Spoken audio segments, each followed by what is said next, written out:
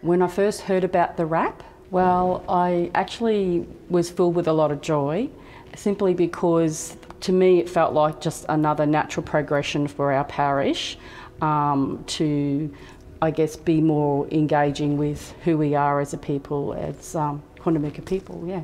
When I first became involved was through a Lenten program. I was at that, and one of the people on the committee for the RAP happened to sort of listen to me say, my people. I use that expression because I am a descendant from the Yorta Yorta country.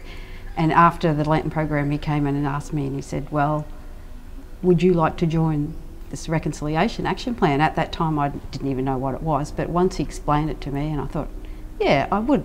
So that's how I came involved, yeah. And I've enjoyed it ever since. I became involved because I sort of dropped Carol at the meeting and I went to help someone else with a job. I come back and sat outside the meeting, and Father Ashley came out and invited me in to give a hand with the job. That's how I became involved. When I came to Star of the Sea, I came across with some of the RAP members. I joined for a couple of meetings and came to know that's a beautiful message we are giving to the people with the RAP. Reconciliation, the word itself, I all the time say, even the people coming for reconciliation, we need some action to come into the communion, maybe to the God, with the God or with the people.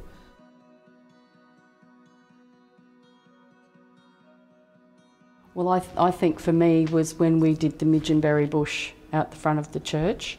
Our Midgeonberry bush is a bush tucker plant. I can see in the future, once people understand about the Midgeonberry bush, and when those berries come out in season, especially the children, they'll be all wanting to pick a Midgeonberry. I think for me it was the video sharing the Australian story, watching all those videos, and it just sort of came home to me how much First Nations people are attached to country, and I think it was deep embedded inside of me. That changed my whole way of thinking about First Nations and our role as country to be together, yeah. I think the thing that really affected me was I watched all the videos connection to country. I'm connected to country as in I have good veggie patches, and I'm a boat builder, so I'm a person from the sea. And I can see that the people are connected to the country and that spirituality. It means a lot to me.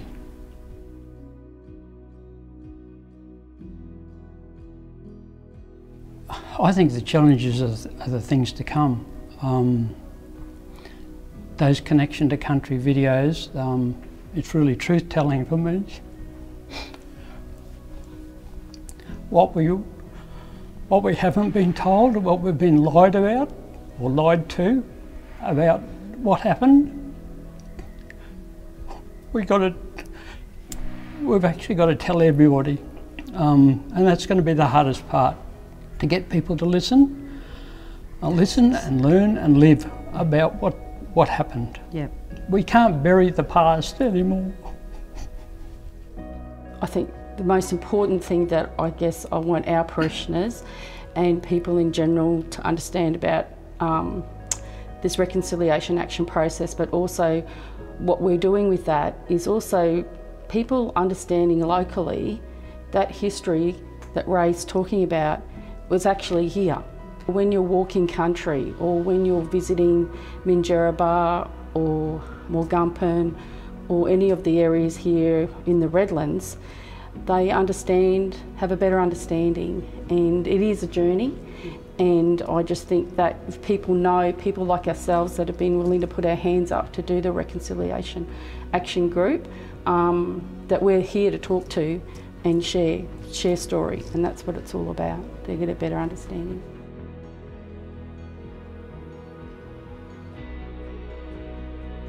My hope for the future of Reconciliation Action Plan is that we will get to that point where we walk together as one and not separate, that we are one people. I believe it's an opportunity, the whole of the Brisbane Archdiocese, to reach out. That's what Christ was here about.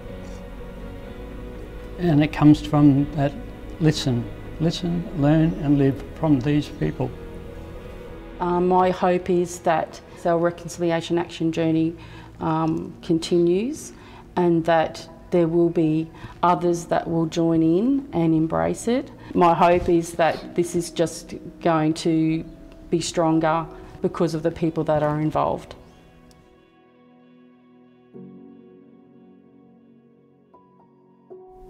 I would strongly recommend that people look into the journey of the RAP, and I really believe that it should be right across the board in Brisbane and Australia, but definitely in the Archdiocese of Brisbane.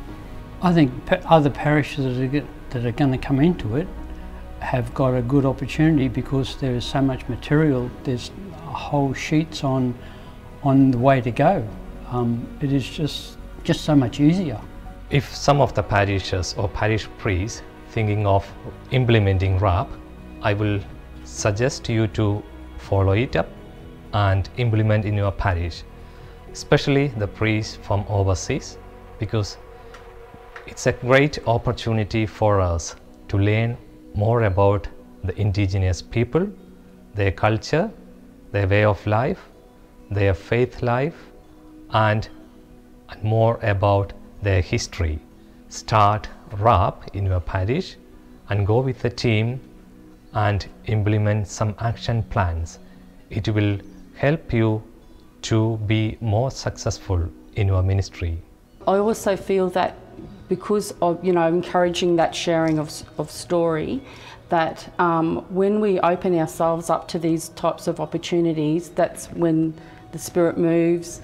That's when we're able to, I guess, do that reconciliation in action when we don't even realise that we're doing it. Don't be afraid.